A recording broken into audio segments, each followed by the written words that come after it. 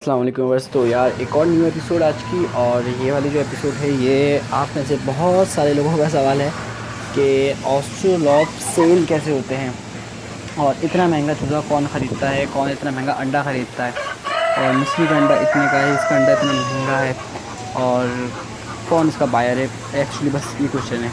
तो यार ये क्वेश्चन नॉर्मली उन लोगों के माइंड में आता है जो नया नया स्टार्ट कर रहे होते हैं, और ये सवाल करना उनका हक है बेसिकली, क्योंकि कोई भी हो, चाहे एक बंदा 10 लाख की इन्वेस्टमेंट करे और एक बंदा 10 लाख की इन्वेस्टमेंट करे, दोनों यही सोचते हैं पहले कि यार इन्वेस्टमेंट रिटर्न होगी या भी नहीं होगी, और मार्केट में छानबीन करना ही असल तरीका है। बेवकूफ़ होगी तो ना ये नहीं कि ले जाओ उसके बाद सोच रहे हैं। ये भी हो सकती है, भी आप कर सकते हैं, उसको हम नहीं बात कर रहे। कभी कभी उनमें जल्दबाजी काम आ जाती है, लेकिन वैसे ही तो जो लोग छोटे लेवल पे करते हैं उनका क्वेश्चन ये ज़्यादा है कि जैसे बात उनके पास कम सरमाया होता है और सबकी कोशिश यही होती है कि वो पैसे अपने किसी तरीके से बचा लें, ज़ाया होने ना दें। तो इसका याद होगा सिंपल सा आंसर आपको बताता हूँ। दो चीज़ें होती हैं मार्केट में, एक होती है डिमांड एंड सप्लाई, यानी मार्केट जो चलती है ना डिमांड सप्लाई पे चलती है। अगर किसी चीज़ की डिमांड ज़्यादा होगी तो फिर उसका रेट ज़्यादा होगा, और चाहे उसकी पीछे सप्लाई कम हो। लेकिन अगर किसी चीज़ की सप्लाई ज़्यादा होगी तो और डिमांड कम हो तो ऑटोमेटिकली रेट नीचे गिर जाएगा। जैसे कि सर्दियों में हम देखते हैं अंडे का रेट बढ़ जाता है क्योंकि डिमांड बढ़ जाती है, ठीक है, और गर्मियों में रेट कम हो जाता है क्योंकि डिमांड कम हो जाती है। तो अगर ऑस्ट्रोलॉप की डिमांड ना हो, बेसिकली यानी कोई ख़रीदने वाला ना हो, तो इसका रेट गिर जाएगा, 10 रुपये 12 रुपये मिस्री पर आ जाएगा। लेकिन ऑस्ट्रोलॉप की डिमांड है, इसीलिए अंडा 80 रुपये का है। समझ रहे हो? अब लोग कहते हैं कौन ख़रीदेगा, वो भी आपको बता देता हूँ, लेकिन ये बात आप कंफर्म रख लो कि डिमांड है। अगर डिमांड नहीं होती तो 80 रुपये का 90 रुपये का नहीं बिकता ऐसी, या 120 130 के नहीं, और 200 रुपये का भी एक बंदा अंडा बेच रहा है, और एक बंदा 350 रुपये का भी चूज़ा बेच रहा है। वो इसीलिए बेच रहा है क्योंकि डिमांड है और मार्केट है, और डिमांड नहीं है तो ऐसे बात है वो 10-15 रुपये का मिस्त्री की तरह बेचता। तो ये बात मैंने आपको समझा दी कि भाई अगर किसी चीज़ की डिमांड नहीं होगी तो उसके रेट गिर जाएंगे, और डिमांड होगी तो रेट बढ़ेंगे। तो ये सोच लो कि भाई डिमांड है एटलीस्ट ये। अब सेल कहाँ पर होता है? देखो, सेल करने का जो सबसे बेहतरीन जगह है ना, वो है इलेक्ट्रॉनिक मीडिया या यानी इलेक्ट्रॉनिक प्लेटफॉर्म। आप OLX पे सेल कर सकते हो। OLX पे OLX का एक फ़ीचर है, मेरे ख्याल से वो 500 700 या 1000 रुपये लेते हैं बेसिकली, और वो क्या करते हैं, वो कर देते हैं आपके ऐड को फीचर कर देता है, आपका ऐड टॉप पर आता है, और उस तरीके से फिर वो आप सेल कर सकते हो। डायरेक्ट सेल करो, नहीं सेल होता तो एक दफ़ा फीचर वाला भी यूज़ कर लो, अच्छा फीचर है वो, और मैंने भी एक दफ़ा यूज़ किया है, आप वो कर सकते हो। उसके अलावा फेसबुक एक अच्छी जगह है, व्हाट्सएप एक अच्छी जगह है। आप कमेंट में लोगों को देख रहे होते हो अक्सर उसके वीडियोस के, वो लोग कह रहे होते हैं कि हमें चाहिए, आप उनसे कांटेक्ट कर सकते हो। तो बहुत सारे तरीके हैं जिससे आप कांटेक्ट करके सेल कर सकते हो। इसके लिए आपको लोकल मार्केट में बैठ के जैसा ना एक चल रही होती है चीज़ें वैसे नहीं बेचना पड़ेगा, आप वैसे भी सेल कर सकते हो। और अब जो टाइम आ रहा है ना यार, ये थोड़ा डिफरेंट आ रहा है। अब हर कोई अपनी दुकान खोल के नहीं बैठेगा, वो क्या करेगा, सिंपली एक ऑनलाइन स्टोर बनाएगा, वहाँ पे एक थोड़ा सा पैसे का खर्चा करेगा, और वो अपना सामान स्टॉक भी नहीं करेगा, वो सामान किसी और से लेके आगे बेचेगा। जैसे कि अली बाबा पे होता है। अली बाबा का एक बेसिकली स्टोर है, और कहते हैं कि तकरीबन 4-5 लाख बिजनेसेस वहाँ पे चल रहे हैं, यानी और आइटम्स तो बेतहाशा है वहाँ पे। तो अली बाबा खुद सेल नहीं करता, अली बाबा कस्टमर डीलर्स को देता है, डीलर्स सेल करते हैं, और अली बाबा कुछ ना कुछ इसमें लिंक होता होगा, खैर वो मुझे नहीं पता। तो अब इलेक्ट्रॉनिक टाइम है, आप एक वेबसाइट खोलो, वेबसाइट पर अपनी चीज़ें सेल करो, वेबसाइटिंग की मार्केटिंग करो, फेसबुक पे कर सकते हो, बहुत सारी जगहों पे कर सकते हो।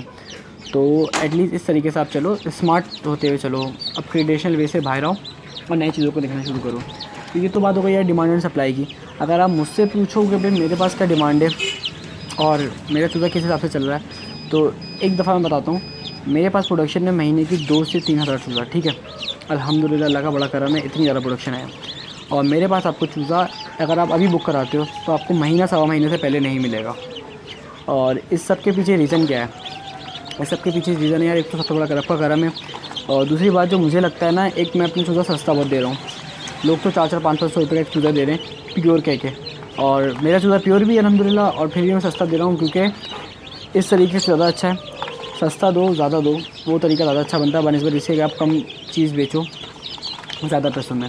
तो ये इससे पहले मैं काफ़ी वीडियो में बता भी चुका हूँ इसके बारे में, पूरा का पूरा किस तरीके से ही होता है। तो अगर आप मार्केट में कोई भी चीज़ बेचते हो, आपकी दूसरों से अच्छी ब्रांडिंग है, आप दूसरों से अच्छी सर्विस दे रहे हो, दूसरों से सस्ती दे रहे हो, मार्केट से हट के एक चीज़ दे रहे हो, तो क्यों नहीं चलेगी आपकी चीज़, ये बताओ। जितने भी लोग नया काम करना शुरू करने वाले होते हैं ना, वो मुझे मैसेज करते हैं वलीद भाई हमारे पास इतने पैसे हैं। भाई कहते हैं बेसिकली इज्जत देते हैं, उनकी मेहरबानी है। और हम ये काम शुरू करना चाह रहे हैं और आप बताइए काम कैसा है और ये इसमें पैसे बचेंगे नहीं बचेंगे। तो भाई सर्विसेज ऐड करो, इंशाल्लाह बचेंगे।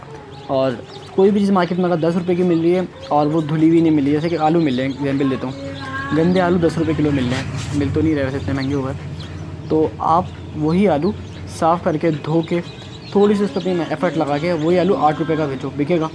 और अगर आप थोड़ा सा इंटेलिजेंट हो तो उस आलू को अच्छी तरीके से धो धुला के उसकी ज़रा टाइट करके उसको 20 का ही बेच सकते हो। ये डिपेंड कर सकता है, ये कोई नामुमकिन बात नहीं है, चीज़ डबल महंगी भी बेच सकते हो आप। बस बेचने का तरीका आना चाहिए। और बेचना किस तरह का आता है, आहिस्ता आहिस्ता लोगों को देख के या चीज़ों को समझ के किस तरीके से हो रहा है। यानी बेसिकली प्रैक्टिस नीड है इसमें, और प्रैक्टिकल इसमें आइडिया नीड है।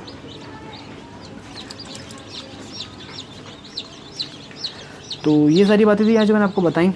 और ये नया हैच निकल रहा है, उसकी वीडियो मैंने आपको दिखा दी। और इसमें यार है क्या सेटिंग इसमें कि मैं चूज़ा उठाया, अंडा उठाया, मशीन में लगाया, 21 दिन में चूज़ा निकला, मशीन से कलेक्ट करने के बाद लाके हैचर में रख दिया। और यहाँ के अंदर क्या होगा कि इसको एक प्रॉपर टेम्परेचर मिलेगा। इससे पहले मैं ब्रूडिंग कैसे करता था, पूरे रूम में छोड़ दिया करता था। वहाँ पे एक मेजर इशू जो था ना यार, वो था कि चूज़ा मरता बहुत था। हीट वहाँ पे लगाने के लिए अच्छी खासी गैस या इलेक्ट्रिसिटी बेस्ड होती थी बेसिकली। और हर ऐसे बात है, 1 रुपया बचाते तो बंदा कुछ कमाता है, तो उस सब को बचाने के लिए मुझे ये करना पड़ा। और उसके बाद फिर आहिस्ता आहिस्ता एक ये समझ में आई।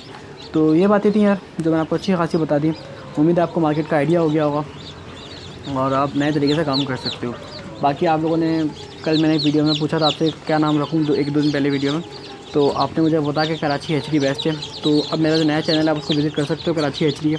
उस पर मैं कोशिश करूँगा कि डेली एक वीडियो डालूँ और उस पर चूज़ों की डालता रहूँ और इसके ऊपर जो स्पेसिफिक टॉपिक्स हैं उनकी वीडियोज़ डालूँ जो आप लोगों की डिमांड पे होंगे। तो आपका कोई भी सवाल हो किसी भी किस्म का हो, आप कमेंट करो, आपको उस पर इंशाल्लाह जल्द से जल्द वीडियो मिल जाएगी।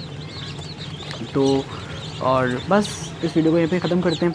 और अगर आपको पोल्ट्री की सारी की सारी इन्फॉर्मेशन चाहिए हो, बेसिक्स A to Z, तो आप मेरी पोल्ट्री बुक भी परचेज़ कर सकते हो।